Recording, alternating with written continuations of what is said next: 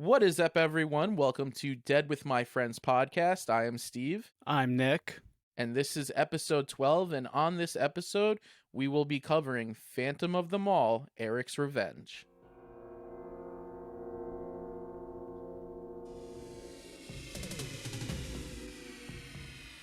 He's there. Behind the wall.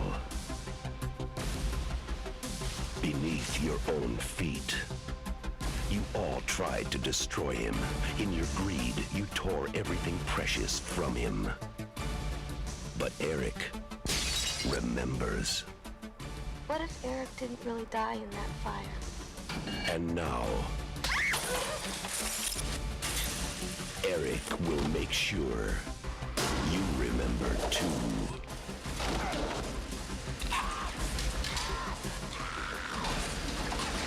Eric Matthews is still alive. What do you mean they know?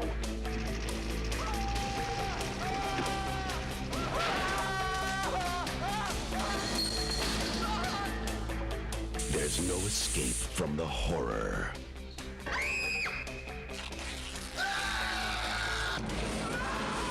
There was a nightmare at the mall.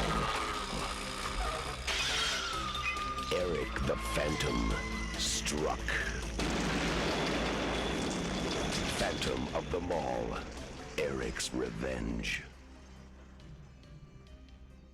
So, Nick, it's been a bit since we've recorded. Yeah, it has. How are you doing, man? I'm doing all right, man. I'm happy to be sitting here doing this again, dude. Yeah, man. It's fucking awesome. What have you been up to? We haven't seen each other. Shit's been busy. I know shit's been busy. I think the last time we hung out was like right around New Year's Eve weekend, if I'm not mistaken. And, just a lot of sickness going around. So I've been trying to avoid that and a bunch of other like life things. But 2 weeks ago, I got to see our boys in Servant of Sorrow. Picked up the new shirt. Nice. New EP, A Dimension of Pure Chaos. They played a lot of new songs with death metal Middletown legends. It's a sick EP, man. I checked it out. Yeah, man. They played with Necroptic Engorgement. It was a good turnout. Again, another good turnout. I am so happy that Steve from Rock Fantasy is putting on these shows, and he has booked another death metal show in April, which Servant of Sorrow will be on that bill again, with Sick Bay, another Hudson Valley death metal band. And it was a great turnout. A lot of friends showed up. I went with Joe and John. My boy Jay was there. Our friend Dan, who we go to wrestling shows with, was there. Bolin? John Martini. No, come on, let's be real. Old man Dan. Old man Dan will not go to any shows because he can't stand more than 2 hours because he's an old man. I literally sent him this meme. It was like this thing that like attaches to your back so you could just sit anywhere. Oh. And I was like, if I get this for you, you're inclined to go to at least 3 shows a year. And he's like, I'll do it. But it was a great show, man. The new song sounded so sick live. It was just good seeing all the dudes there, and a lot of fun. Definitely got my 2-step on a little bit. I saw the video. I can't wait for the next show, man. It's I love that like more death metal shows are being booked in Middletown, and I hope it continues to grow. I think it's going to for sure, and I definitely have to start coming out to more shows, man. The last show I went to was the Mind Force show, and that was last year. Yeah, dude, you should really try to make this next one. It's on a Friday. It's free. It starts at 7, so, I think it's in April. I'll get you that exact date, but you should really try to drive up because it's the same drive for me to Middletown as it is for you. Like, that's always the halfway point. Yeah, when you get that information, definitely let me know, dude. I wanna fucking definitely come out. I just got to look at the flyer. The flyer is already out. I just have to look at the exact date, but I think it's more towards like the later end of April, and it's on a Friday, and it's a free show, so you can't go wrong. Yeah, I get that, man. So aside from that, man, have you watched anything good? So Dan and I saw Infinity Pool, Brandon Cronenberg's new film. That was Okay, so I'll say this without like, I don't want to get too heavy into it or spoilers. And we're not going to do any spoilers for this either. I didn't like it as much as Possessor, but I still thought it was pretty solid.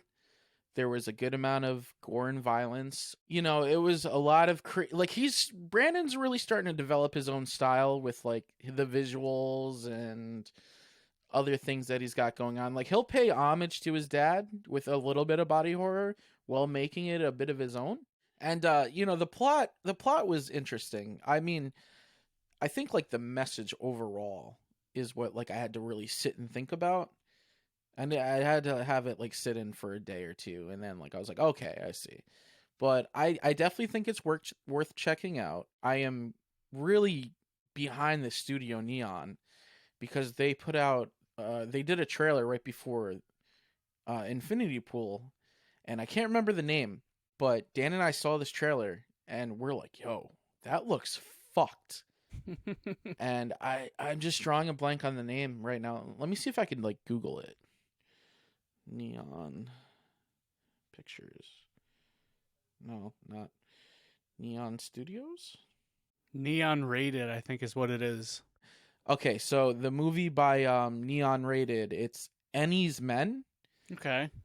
When you're done, like go check that trailer out. It looks fucked. It looks so creepy. I guess it drops next month. Okay. And I definitely will be in theaters to check that out. It was nice though, because when we saw Infinity Pool, like I think there was only 4 people in the theater. At the time of recording, it is out on video on demand. Wait, Infinity Pool or Yeah, Infinity Pool. Oh, okay. That's pretty cool. They move that shit quick, man. They make a lot of money. They don't make so much money off of physical media anymore. Maybe independent like boutique labels for sure. Boutique labels, I guess different category, because I was like, yo man, those 4 Flies on a Gray Velvet, man, that shit sold like fucking that, dude. Yeah, they're making like 2,000, 3,000 copies on that though, man. That's true. That's like super limited. I didn't jump on it. I was like, eh. What is that, Dario Argento? Yeah, one of his early Jallos. But yeah, so Infinity Pool was worth checking out. I could see it being divisive amongst people, but I for the most part I did enjoy. The acting was great. Obviously Mia Goth killed it. I hate to say it, but I think she's gonna start being typecasted as the unhinged like lead. Yeah. Because she does unhinged well, you know. How did Skarsgård do? Fine, dude. The acting was great. The visuals were great. The score was a little weird. At times it was cool, and then it would get like super like intense and almost like primitive, like the way the drums were or something. It was just like, okay, all right, very flashy, very. So if you have seizures, they give you like a warning in the beginning of the movie. Oh man, I hate that shit. At some points, it gets pretty psychedelic. I also saw Skinamarink 2 nights ago. I had put that off, and I was pretty excited for it. Yeah, a lot of people were. You know, like the trailer looked like promising, and then I watched it, and it was an hour and 40 minutes of fucking nothing. I mean, don't get me wrong, like the lo-fi effect is cool and all, and it taking place in like 1995. I guess that's in a sense cool, because like I was born in 93. You were born in what, 93 as well, right? No, I was 92. 92. We're only a year apart. I guess from that perspective of like growing up in the 90s, because that's it's from like a kid's perspective in a way. But dude, nothing fucking happened, man. It was a lot of like, and it was recommended to watch it in the dark, alone if you can, or with someone that does not talk. So not people like Dan and Joe. Never watch movies with them because they won't shut up. Or they'll call the big fucking twist before it happens, like an old boy. Yeah, dude, we were trying to know, like we both just looked at each other like, fuck, dude, Dan knows the twist. But we're like, nope, yeah, no, I don't know, man. Yeah, it ruined the whole fun out of the whole fucking thing. Yeah. Like barely even, like as soon as he encountered the female at the restaurant, he's like, that's his daughter. I'm like, so no, it's mad. not. I was like, nah, it's not his daughter, dude. Like that. Like that'd be a great idea for a twist though, Dan, but it's not. And then at the end he's like, yeah, I knew it. Fucking asshole. Yeah, he called that shit. I was trying to fucking no sell it so hard. But Skinamarink was fucking lame in my personal opinion. It was just very boring, man. Not a lot happened, and like even the sound scares didn't get me.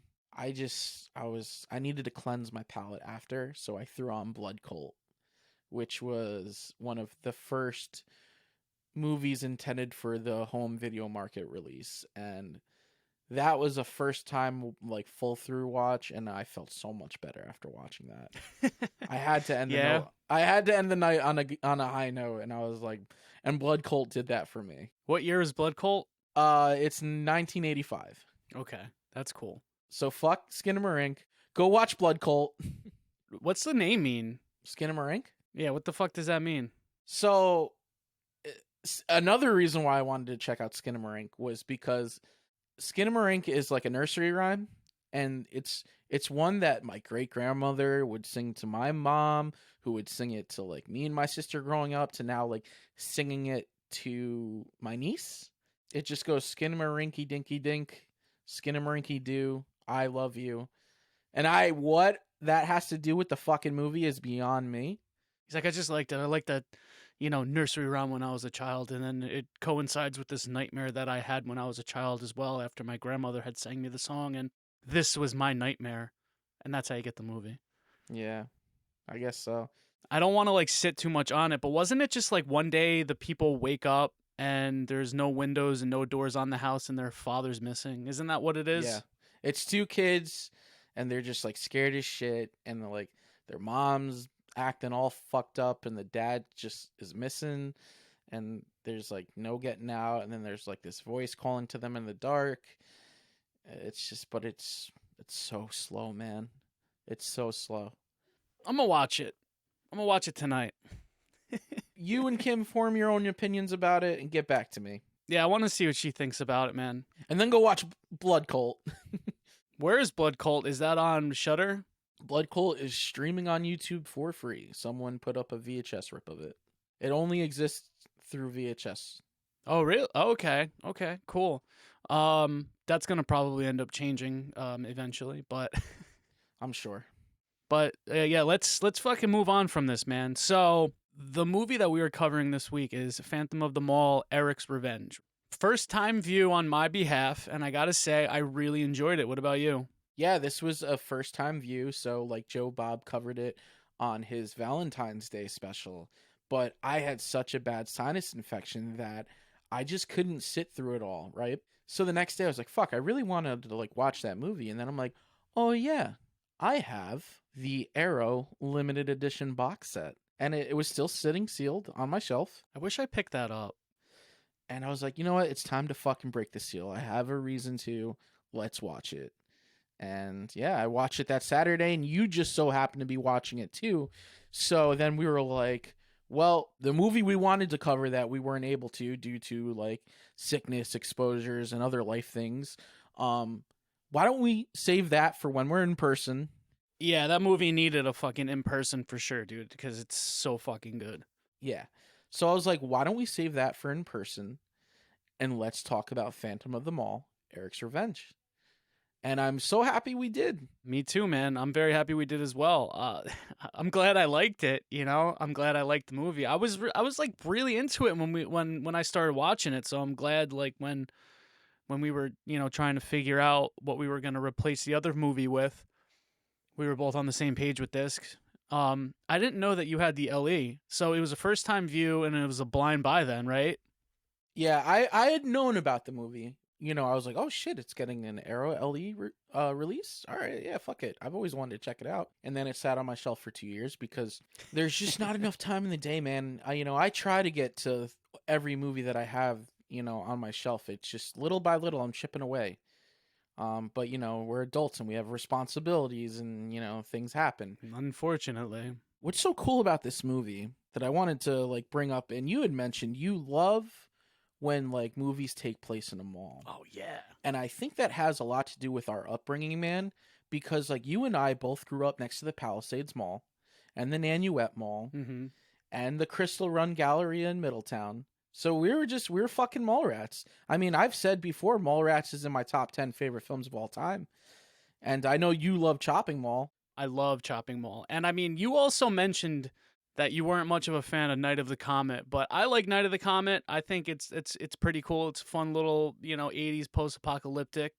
I think it was pretty cool. Couldn't get into it. Hot take. Hot take. Hot take real quick. Not a fan of Night of the Comet. I think Night of the Creeps does all that kind of shit better, minus like obviously the mall setting and the gang posted up in the mall. Yeah, dude, who doesn't love the mall as like a setting for a fucking horror movie, man? It's amazing. Or just like overall, man. We all really connect well with it.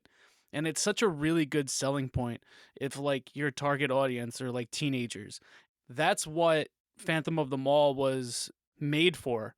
Like it was intended for, teenagers. People they were trying to get the teenage audience to bite. So what better way than a mall, right? Yeah. I mean, it was the 80s. The mall was at its peak. And a lot of people spent their time at the malls. Consumerism at its highest. Yeah. And I mean, we have fond memories of the mall. Suncoast Video, FYE. Yeah. The Rainforest Cafe. Rest in peace. Or Sam Goody's, like in Phantom of the Mall. Yeah. We had one of those in the Nanuet Mall. Rest in peace, Nanuet Mall. Yeah, dude. Now it's the shops in Nanuet, and it's kind of whack. The Nanuet Mall was fucking awesome. Is that where the Qdoba was that we ate at? Yeah, that's the shops, man. That's the Qdoba that we were at, man. It's not there anymore. Oh, Qdoba's gone? Qdoba's gone too. Shit. Their queso was good. That place went to hell though, man, unfortunately. At least that location. But like the perfect setting for your target audience if they're teenagers is a mall, right? Like Chopping Mall is great, Mallrats is great, Dawn of the Dead is great. Yeah. Speaking of Dawn of the Dead, we got Ken Fourier. Yeah. In this as well, which this has got a great cast, man. Can we talk about that? Like, we've got Court from Friday the 13th, Part 6, Jason Lives. We got Ken Fourier. And then we've got Gregory Scott Cummins, dude.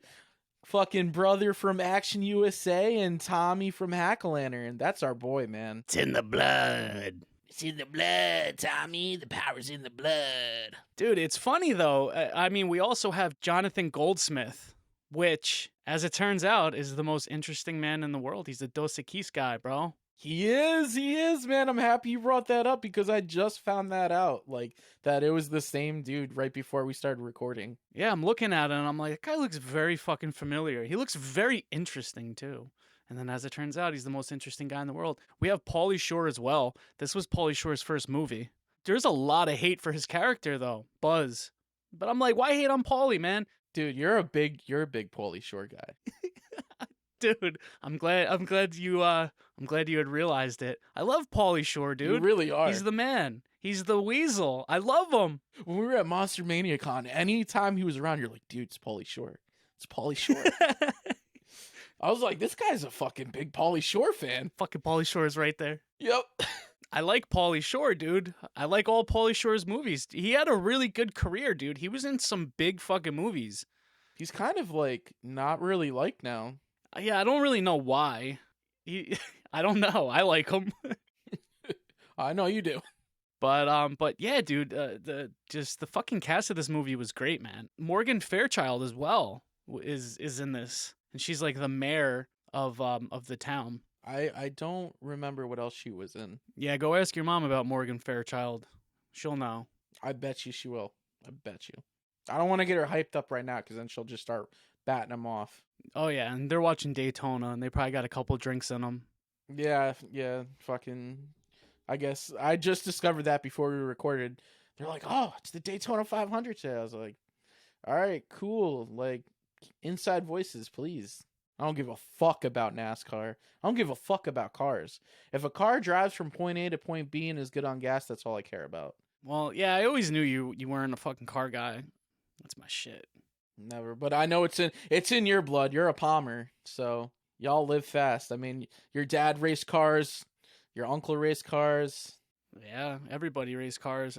I talked to one of my uncles yesterday or a couple days ago, and he was telling me that he's building another car. So that's pretty cool. And he was like, "You can drive it if you want." Only if you throw the signature Chucky doll in. I'll have that on my race car. I gotta build a car, man. Yeah, the signature Chucky doll, man. Right in the fucking right in the back. So yeah, overall, man, the cast of this movie's was fucking great. I really enjoyed seeing that. That definitely added a significant amount of points. My boy Pauly Shore's in it, so we gotta get Pauly Shore on the podcast, dude. I would fucking shit. Brother, that would be all you, man. The Weasel. I would chime in here and there, but that would be your lead on that. Before we move on, have you ever seen Encino Man with him and Brendan Fraser and No. Sean Astin? Dude, that is one of the best fucking 80s movies ever. You have to go see that. You have to watch it like immediately. Encino Man. So good. I'll watch it for Brendan Fraser. Brendan Fraser's in it. Sean Astin's in it. And Pauly Shore's in it, dude. I was always a big Brendan Fraser guy. Like, I liked Monkey Bone. Fucking, him in the Mummy movies. Monkey Bone was good. Did you ever see Bedazzled? I have not seen Bedazzled. That's a good one. And then what's the other? Airheads. Airheads. Oh man, Airheads, dude. You know what would have made that movie even better? What? If Pauly Shore was in it. I fucking can't with this guy in Pauly Shore today, man. This is just gonna be a Pauly Shore episode. Pauly Shore appreciation episode. Yeah. We're gonna tag the fuck out of him. I'll get this to him. I'll get this to him somehow. Dude, I even think like when we were at Monster Mania, like I was taking a video or something, you could see Pauly in the back behind me. And I'm like, oh fuck, dude. Like we were really close. I couldn't get the courage to go talk to him though. We're at the same booth. Next time I'll talk to him, man, and I'll Well, next time, are you also going to talk to Shannon Elizabeth? No. She intimidates me. Should have had her sign my Jack Frost copy. You should have had her sign like your tube sock. It's like stiff as fuck, and it's like, what is this for? He's like, I've watched American Pie a lot. Oh, fuck. I just dug this out. It's my tube sock from 2001. You're like third grade. You don't even have like any of that in your system yet. Hasn't developed at all. Can't even nut. Nope. Yeah, no, I can't even, dude. But yeah, I'll get my courage up to go talk to Pauly for sure, dude. You were gonna say something. What the fuck were you gonna say? There's a few different cuts of this movie. Yeah, I heard about that, and I didn't know about that until you had mentioned it. There's like a subterranean cut on the Arrow Video release. Let me get to that, because that's a thing in its own. So there is the TV cut, the theatrical cut, and then there's the Phantom cut. It's a combined of the theatrical and the TV cut. But then, Arrow, you sneaky bastards, and I appreciated this. On this release, if you go to the deleted scenes and you hit the right arrow on your remote, it'll unlock the subterranean cut. Oh, and it'll be a full movie? I didn't know that. I did not know that. That was brought to my attention back when this got released by someone in the movie selling collecting group that we're in. And they had brought that to the attention. And I remember to screenshot it because I was like, one day when I watch this, I want to know about that. So pretty much that cut, it's just like a little bit more violent. There's not much difference.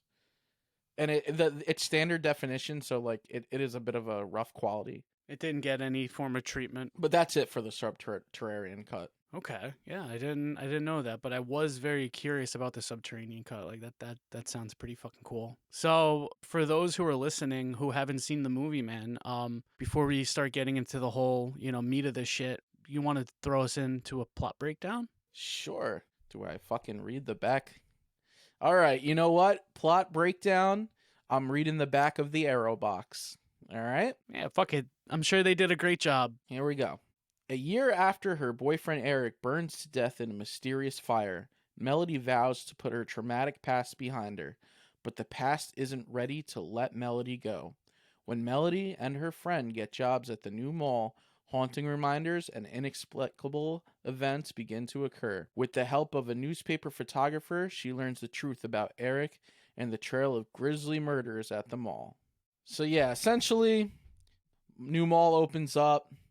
This dude, Eric, and his family lived on the property where the mall was being built, but didn't want to give up their house. So the manager of the mall took matters into his own hands, had the family killed by a fire, an accidental fire. Eric suffered some fucking really bad burns that scarred his face, and he's just been dwelling in the basement. And he was presumed dead as well. Yeah, he was presumed dead, and he's been dwelling in the basement of the mall and using the air vents to get around to exact his revenge while protecting the love of his life.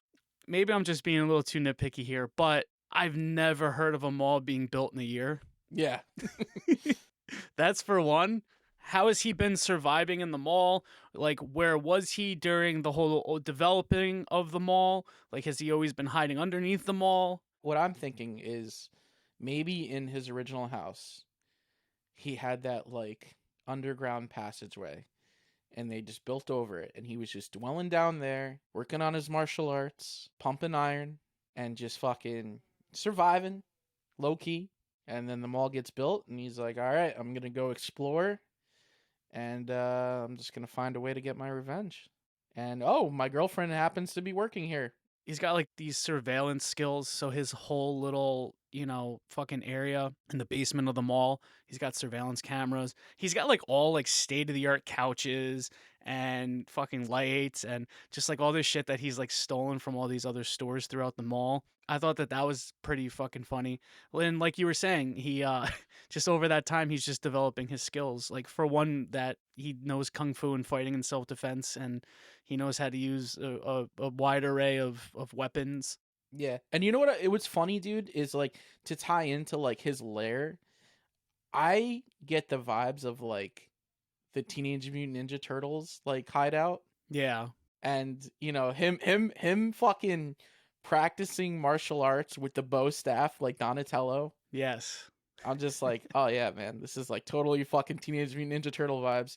Which, real quick, man, fucking Eric, dude, looks just like Terry Bogard from Fatal Fury, which was a Japanese fighting game. If you look up Terry Bogard, like just Google it like right now real quick if you can. Yeah, I'm gonna. Terry Bogard, Fatal Fury. Tell me that don't look like Eric. Yeah, no, I could see it a little bit. Yeah. Yeah, with the jacket and the fucking hands with the cut off gloves. The ponytail. If this dude's hair wasn't blonde and it was brown, I'd say it's pretty uncanny. Yeah. As soon as I saw that, I was like, dude, he looks like fucking Terry Bogard. Points for that. So, I mean, first time view, what did you think of the movie overall, man? Did you like it? Overall, I fucking thought this was a fun watch. Again, I love the whole martial arts aspect while still having the Phantom of the Opera, but it's the mall vibe. So like he gets the mask from the Sears mannequin, and that looks cool. I dig like the Sears mannequin mask covering his face. Yeah, I do too. I love that like he just fucking gets a crossbow and he's automatically good with it. And the deaths are fun. I mean, fucking brother is like forklift certified. He gets the pervy fucking security dude who's spying on the women in the changing room and like fucking kills him with the fucking forklift into like the power generator, which makes the mall security guard's eyes like explode and then lands into the frozen yogurt, which an eye for an eye. An eye for an eye, yeah, and fucking that would come back later. But dude, this was a fun one. I had a good time. Yeah, I was a big fan of the kills, man. So Eric, man, the thing that I keep on going back to is like that one quote from The Dark Knight where you can either die a hero or live long enough to see yourself become the villain, that Harvey Dent says. Do you remember that? Yep. That's exactly what happened to fucking Eric, man. Yeah, man, he went through so much lengths to like not only get revenge, but watch out for Melody and leave her gifts. And it's so sad because like this kid had it all. He was a good looking kid, athletic as hell. He was like a gymnast, and they were in love. It got all taken away from him. And for him to just be so close to her, but yet can't really do anything because he's like scared of her reaction. Which at first, when he does like bring her down to his lair, like you expect her to freak out, and she doesn't. she's like, "Oh, Eric." You also kind of expected a little bit more hesitation when it came to like the initial reveal. My biggest gripe with the movie is that like just from the fucking jump, dude, like you know that it's Eric who's the killer. I think that it would have been better if there was a bit more of suspense in that aspect. Maybe kind of throwing it off and making you think that it was like the reporter who could have been committing the killings, doing that kind of shit, or even my boy Paulie could have been doing some of the killings, and then, you know, throw you off at the end. Or not throw you off at the end and then give you the reveal at the end, you know, kind of make it a little bit more dramatic, because he just like whips his mask off. Like there's like no hesitation. And then it's just like, yeah, this is my face. His voice has changed now and everything. The title of the movie, Phantom of the Mall: Eric's Revenge. The marketing was they wanted sequels out of this. They wanted to turn this out for a quick profit and just churn out some sequels. So there was like just no surprise. Like it was already, Yeah, franchise it. yeah, there was already given to you. Now, to touch on your fucking the voice, that was a choice, man. When he was like speaking in that fucking like dark echo, I fucking couldn't hold it together. I thought that shit was so silly. Kim couldn't either. She thought it was the silliest shit too. I watched it yesterday with her, and she wasn't really even watching it. She was just kind of loosely watching it and doing her own thing. And then as soon as she heard the voice change, she started fucking laughing, dude. Dude, the voice reminded me of the Shockmaster, which is one of the biggest botch debuts in wrestling history. I want you to just watch the Shockmaster clip. It's like maybe a minute Okay. right now, and tell me that does not sound like Eric. Bishop, I'm gonna let Sting tell the people who the secret partner is gonna be. All I have to say This is fucking horrible. This is just like mindless shouting back and forth. shock the world because he is none other than the Shock Master. He's coming. Right. The Shock Master. Oh, Oh God.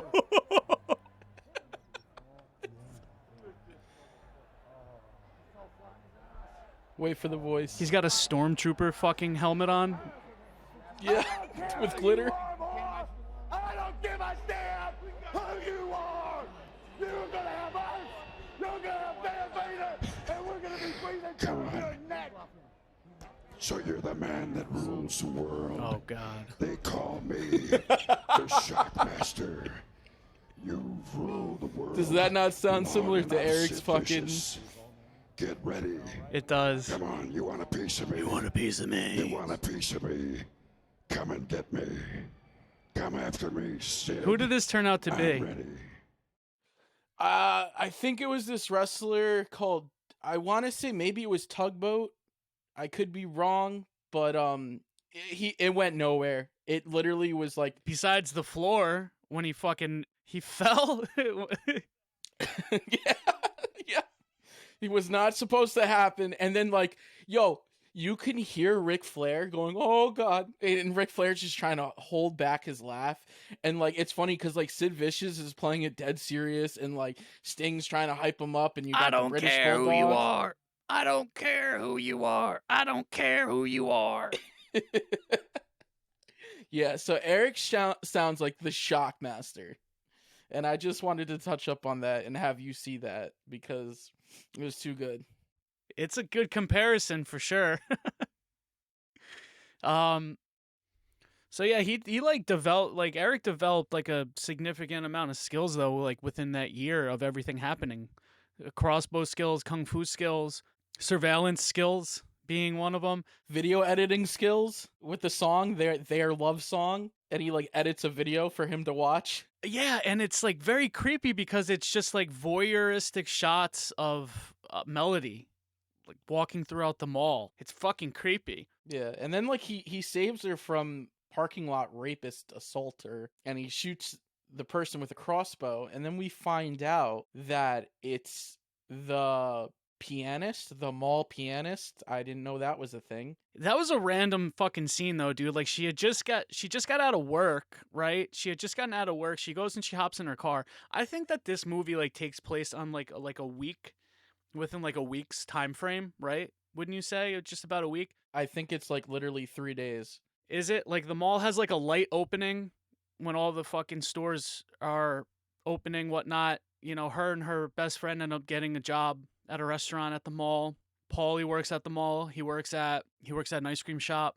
And then, you know, at a certain point in time, we meet one of our other main characters. What's his name? Peter? Honestly, I don't remember the photographer or whatever, the news reporter. Yeah, I can't remember his name. We meet the photographer, who's, you know, our another one of our main characters. In my mind, it was like a week time frame that this had all happened up until like the official launch, the official opening of the mall, which like we kind of get at the end.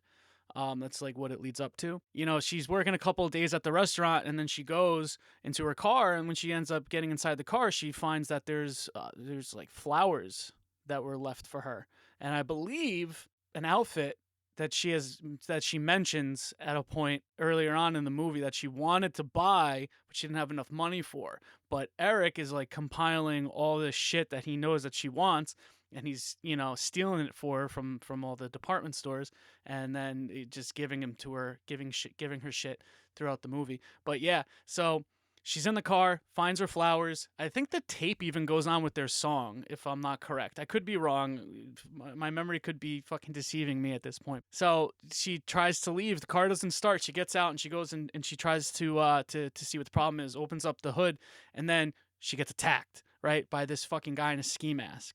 And Eric comes out of nowhere, and what happens? He fucking Rambos that motherfucker with the crossbow, but doesn't kill him. No, he gets him in the shoulder. The assailant goes off, and that's where we get the reveal that the parking lot assailant is the mall pianist, which again I did not know was a thing. But it's great because like the reveal, he's in the shitter and he takes off his jacket and he's got like the bloody wound. It's like, dude, why?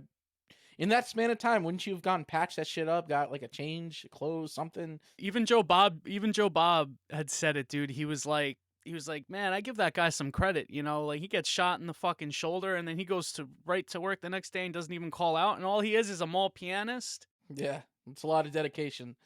But the reveal of like who the assailant is so good though, because he's on the shitter, the mall pianist, and then when he takes his coat off, he's got like all the blood and shit, and he sits on the shitter, and then out of the shitter comes a fucking king cobra that Eric must have been training, and bites him right on the dick and kills him. And what a way to get his comeuppance.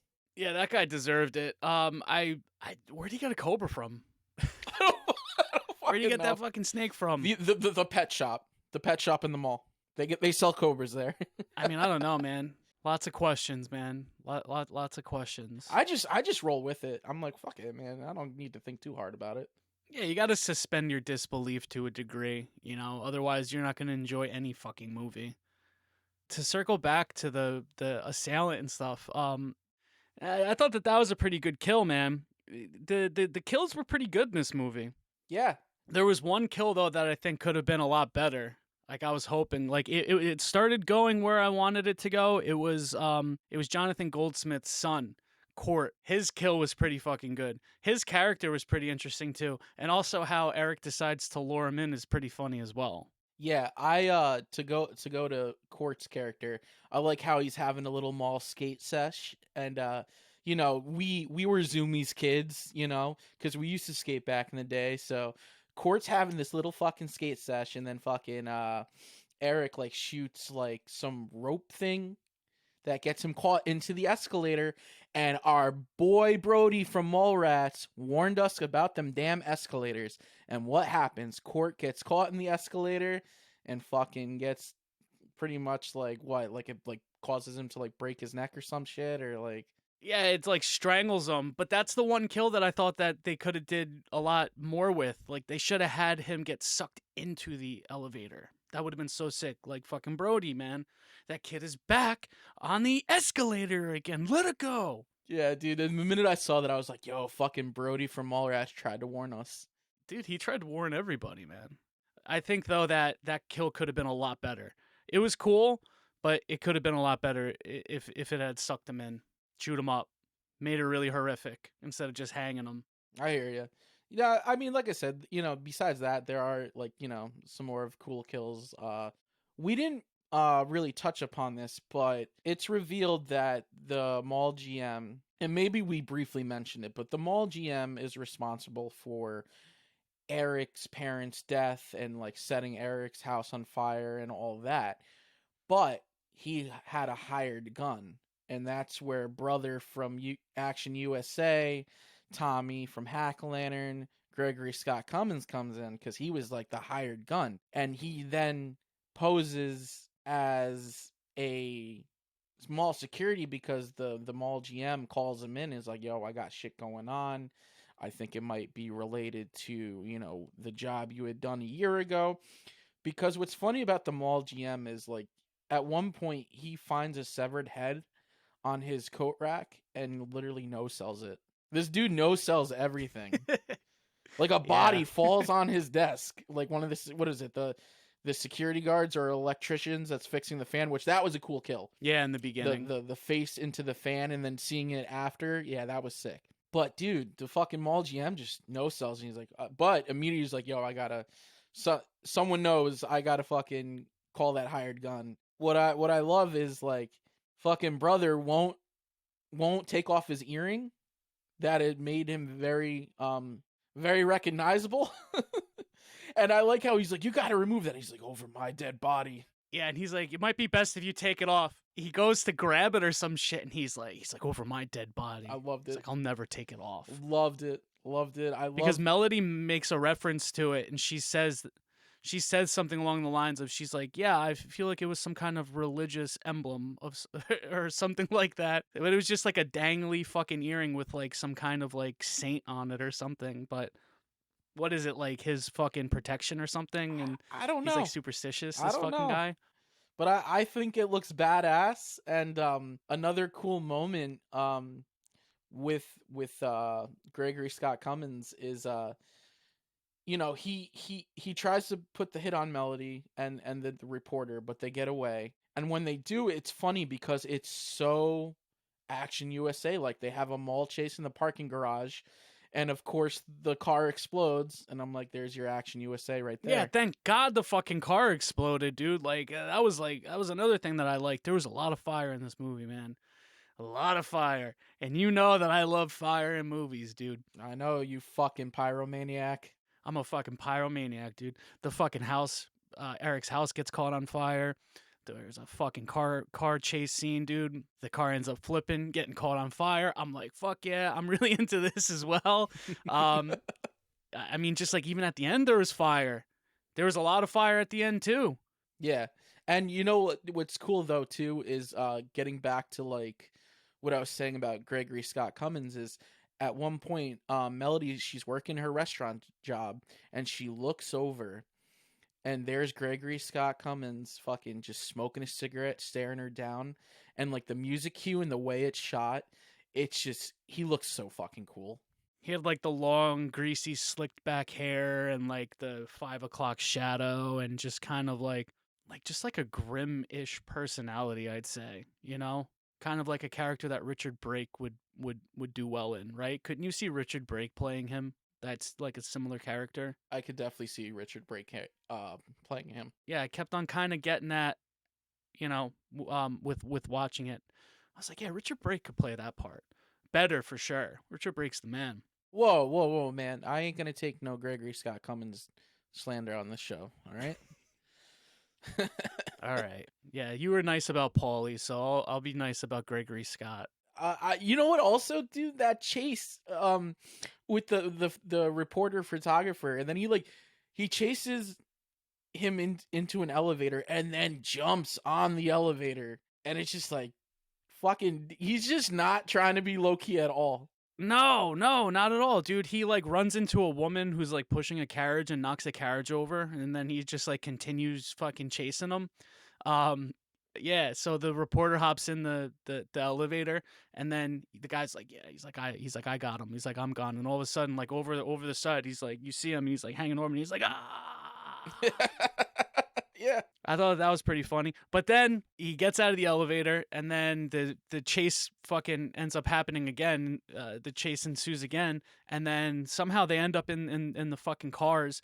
And then Gregory Scott's car, dude, like they're fucking whipping through the parking garage and stuff, and he like the rear end fucking kicks out, and he fucking hits somebody in the parking lot. Did you end up seeing that too?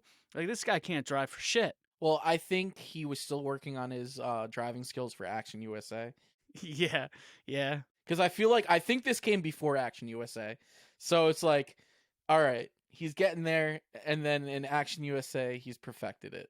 That scene was cool though. That was a cool chase scene. I dug it. But we also get this cool fight scene between Eric and Gregory Scott Cummins' character. And they fucking, dude, Eric, brother, is throwing roundhouse kicks. Yo, he would be a menace in the pit. Straight crowd killer. Menace. Straight menace. And then I like Gregory Scott Cummins' death because he gets like the trash compactor door down on his head and just like beheads him. That's the point where we found out that Eric now has like this superhuman strength because he was on the receiving end of that for a minute. And then he as the compactor's coming down to decapitate him, he fucking just grabs that shit, dude, and he starts pushing it up, man. And then all of a sudden he fucking reverses his position with Gregory Scott. Gregory Scott, he can't hold that shit up. And the thing just ends up decapitating him. But yeah, that's when we find out that Eric has some kind of superhuman strength that he developed in a year as well. And then it's he does all this for almost not, I wouldn't say nothing, but kind of nothing because, you know, Melody's like, look, Eric, I loved you, but this can't really be no more because she just happens to fall in love with this reporter photography dude that she just met 3 days ago. And she's like, well, fuck your feelings. He was like the same person, really. He just looked different, and he had like this vendetta against the people that wronged him, whatnot. But yeah, no, she falls in love with the other guy. It just kind of seemed like she didn't want to be with him now because he was scarred. Yeah, it's pretty fucked up, man. I kind of felt bad for Eric because he just went through all this trouble to save her, get her these gifts, and make his little fucking love music video dedication, whatever you want to call it.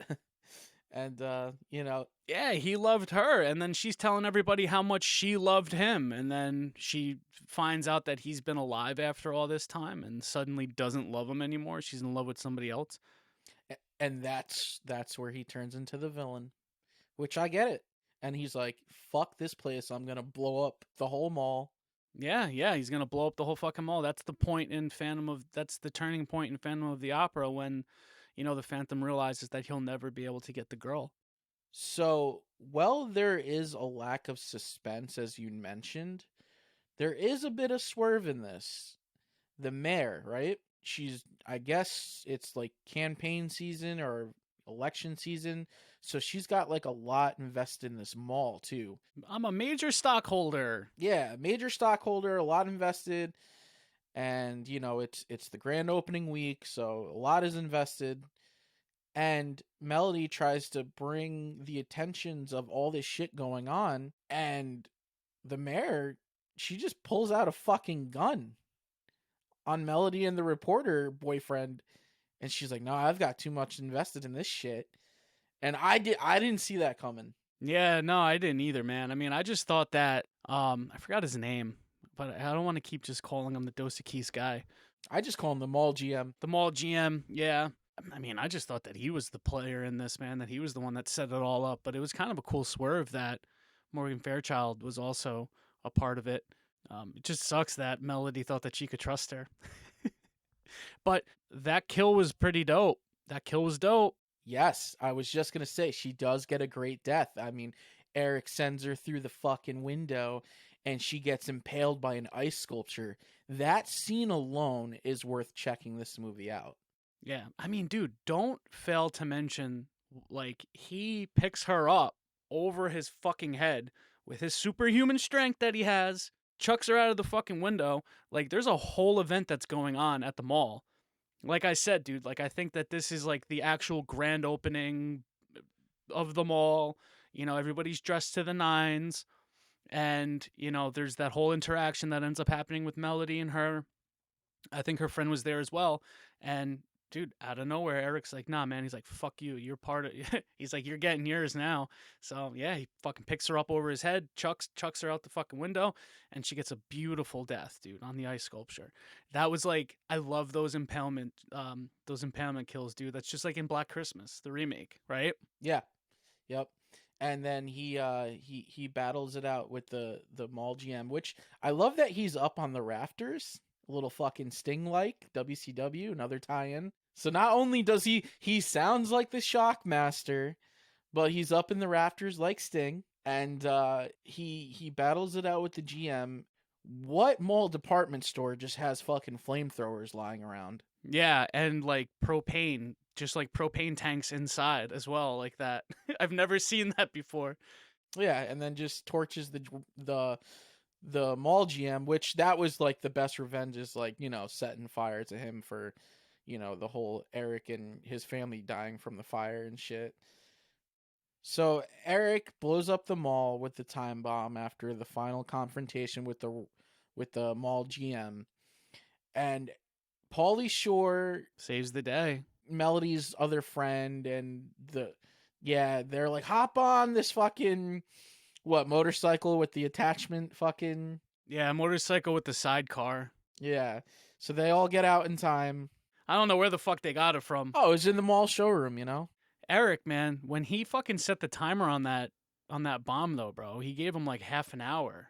That's like so long. Like a lot. Like you could do a lot in half an hour, man. They should have made that time a little bit more impossible to make.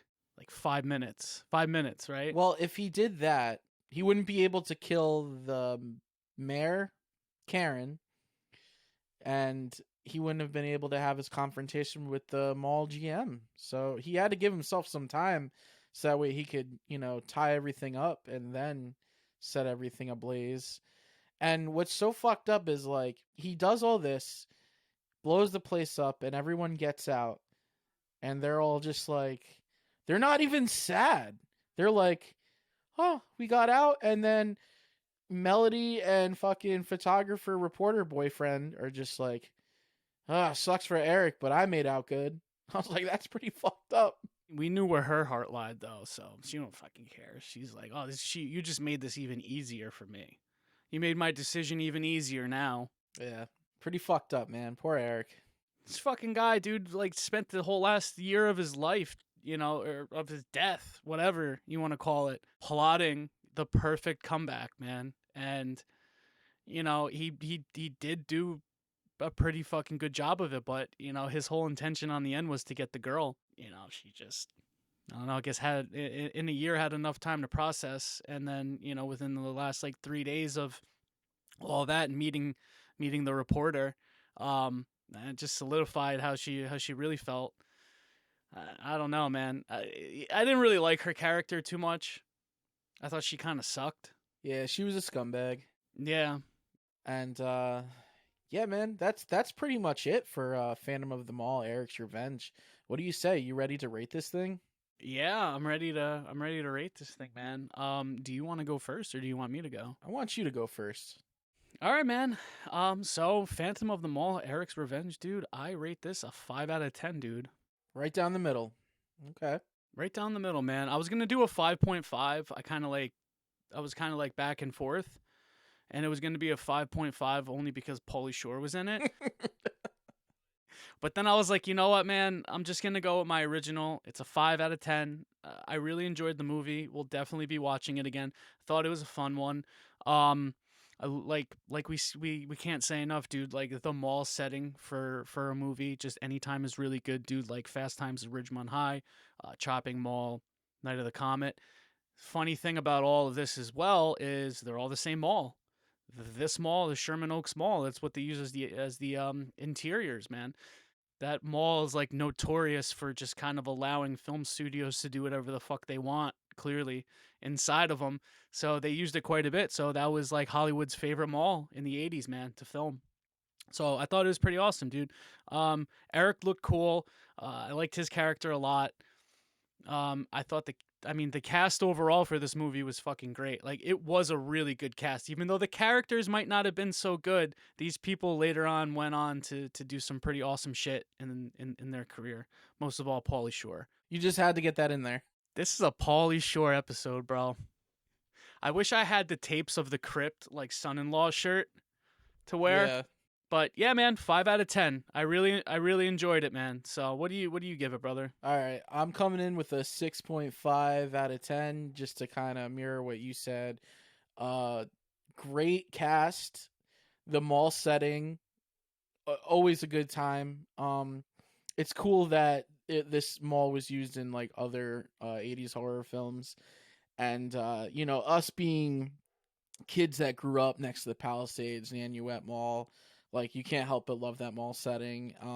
I thought Eric was fucking awesome. I liked the look. I loved the martial arts aspect of it. I thought the kills were fun, but you know, it was pretty anticlimactic, and the characters were kind of lame, minus Gregory Scott Cummins' character and Eric. But this was a fun one, man. Like we mentioned before, it was a first time watch. I'm happy I broke the seal on my Arrow LE release, and I definitely will be visiting this one in the future. Revisiting this one in the future, I should say. The thing, though, that I want to just kind of like go back to a little bit, because I think that we kind of glossed over, man, was just the malls, man. Like, I miss it. I miss, like, I mean, I still have the Palisades. You still have the Galleria. It's just not the same, man. It's just not the same. Like, a Friday night at the mall anymore, bro. It's just, it doesn't.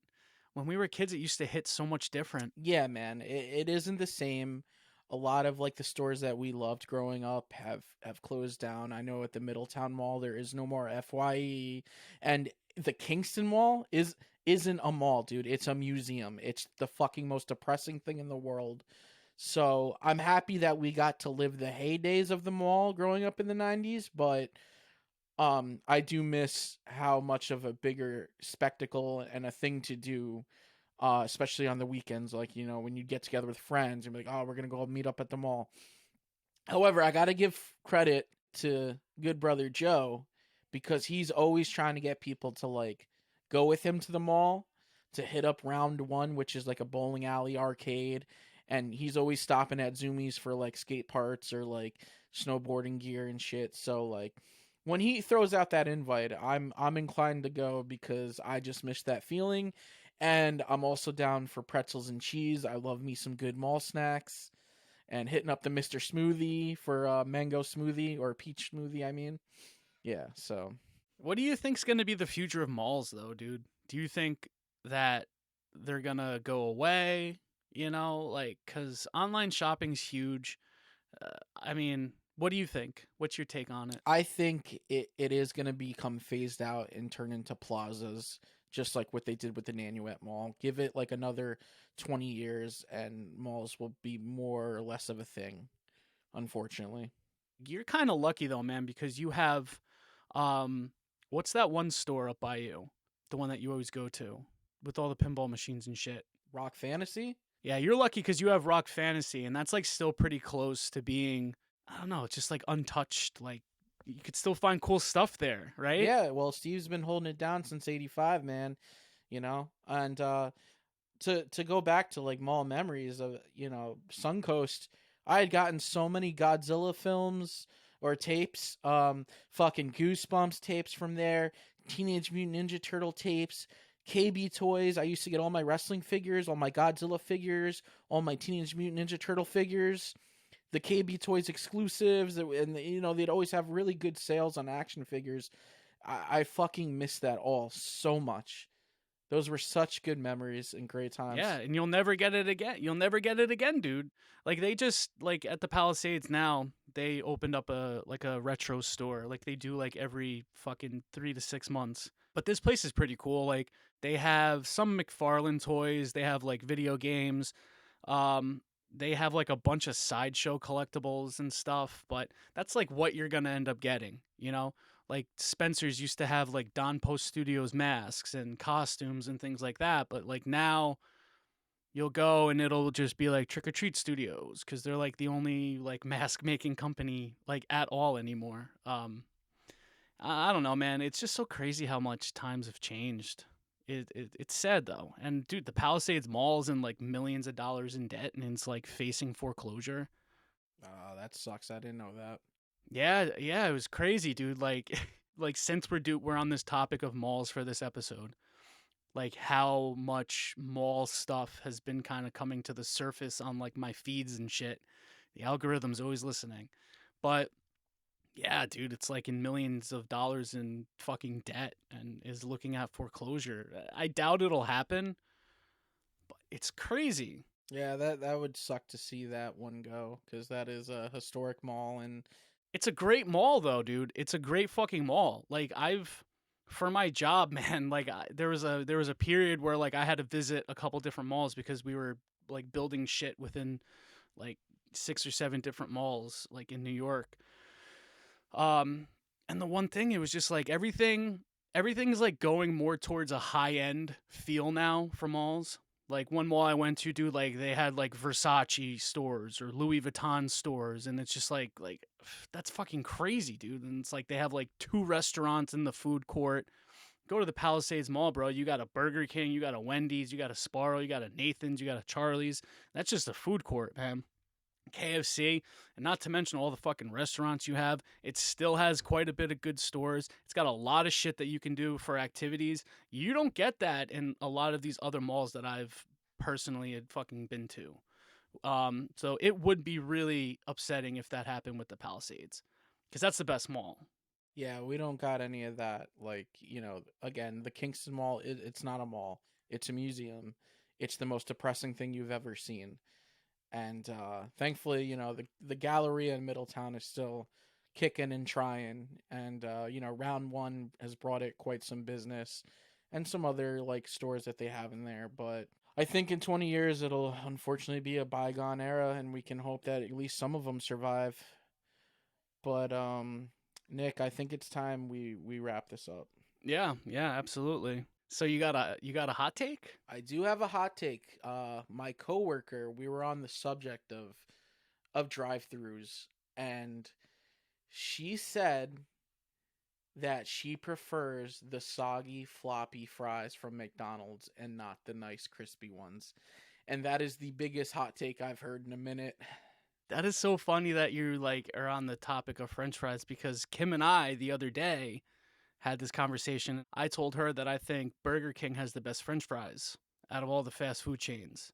I will say McDonald's is still goated for the best French fries, but I prefer the King over, I prefer a Whopper over a Big Mac any fucking day. I don't fuck with Big Macs because I don't like mayo, and the Big Mac sauce has mayo in it.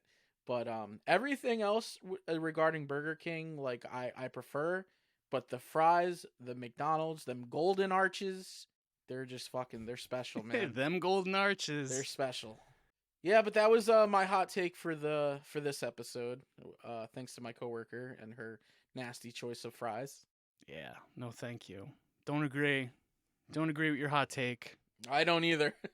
But yeah, man, so I mean, overall, dude, I think this has been a fun one. I think it is time to take us out, though. What do you say? Yeah, I think this puts a wrap up on Phantom of the Mall, Eric's Revenge. It was a fun one. I'm happy I finally got around to watching it. It was fun to talk about. Eric's cool. I fuck with Eric. And we love malls. Yeah, we love malls. We love Pauly Shore. We love Eric. Eric got the shit end of the stick, unfortunately. Hold on. You love Pauly Shore. Dude, you love Pauly Shore. I'm like, he's alright. But you love Pauly Shore. This is a Pauly Shore tribute. It's the Weasel, man. This is a tribute to Pauly Shore. I love you, Pauly. All right, Nick, with that being said, I think it's time we put a wrap up on episode 12 here. If you like what you've been watching and or listening to, be sure to rate, review, and subscribe to us on YouTube, Apple Podcasts, Anchor FM, Spotify. Leave us a 5-star review. It helps the show grow, gets more eyes on us. We appreciate all the support that we've gotten so far, And a shout out to our good brothers in Bad Taste Video for giving us a shout out on their Twitch live stream, the last episode that they did. Always, man. Always, you're repping the shirt. I'm repping my brothers of Servant of Sorrow. I love my Bad Taste shirt. We really appreciate the support that's been given to us. And yeah, we're gonna be back with more episodes. We have some good movies lined up, so stay tuned for that. I guess until next time, right? Until next time, out. Peace.